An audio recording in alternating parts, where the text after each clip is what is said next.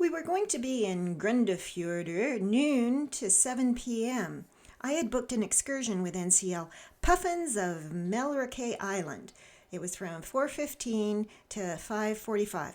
We were going to see puffins, one would assume. So we are coming into Grundarfjordur and something like that.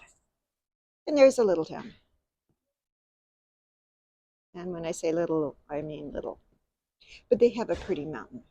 Now, come on, you got to say, that's a pretty mountain.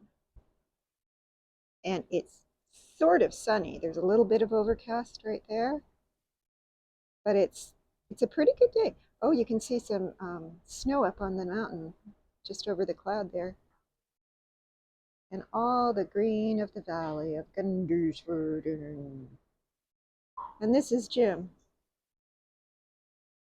And he's just having his drink over there, waiting to get on to the tenders.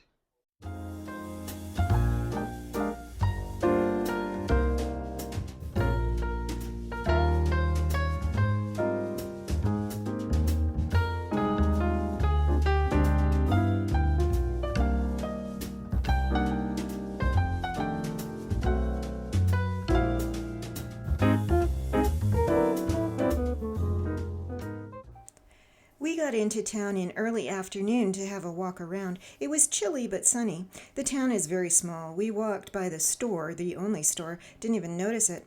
At the school there was a sign saying, "No photographing the children." Tourists. This is a sign of all the local birds. Notice the puffin in the right-hand top corner? This is the Iceland flag. We did go back to find the store, and we got Jim some cough syrup. It was interesting looking at all the Icelandic groceries and snack foods, all with Icelandic language labels. Some things you could guess at, and lots were a mystery.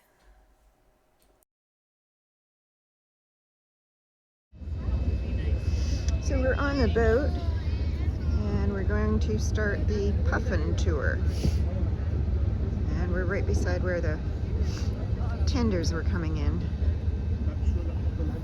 Waves. They're creating waves. Yes, they are. There's your... I know, I'm holding tight. I'm holding tight.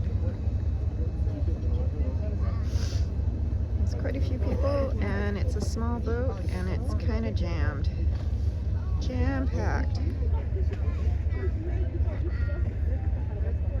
Here's the fast swimmer. Where'd he go? There he is. I don't want to sound too negative about the experience, so I'll try and stick to the facts. The first thing is, there were a lot of people on the boat for its size, and there were no seats. A few people parked themselves on parts of the ship just to sit down.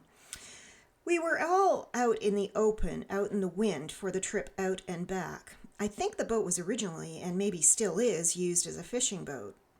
Another fact, it was a long way to the island, and the same route that we had done from our nice, warm, comfy cruise ship. Here we are at the island, and the thing immediately noticeable is the lack of puffins.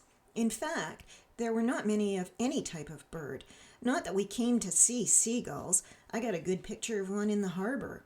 The columns of volcanic stone, they were interesting, but not worth the cold and windy trip out there. I had expected to see hundreds of orange-beaked puffins nesting. Fun fact, puffins in that area only stay on land until mid-August. This was the end of August, and they were all out at sea by now. There was nothing to see out here. I don't want to be negative and call it a con job, but it was a con job. And back we went to the harbor. I did find puffins on this trip. They were at the gift shop at the airport.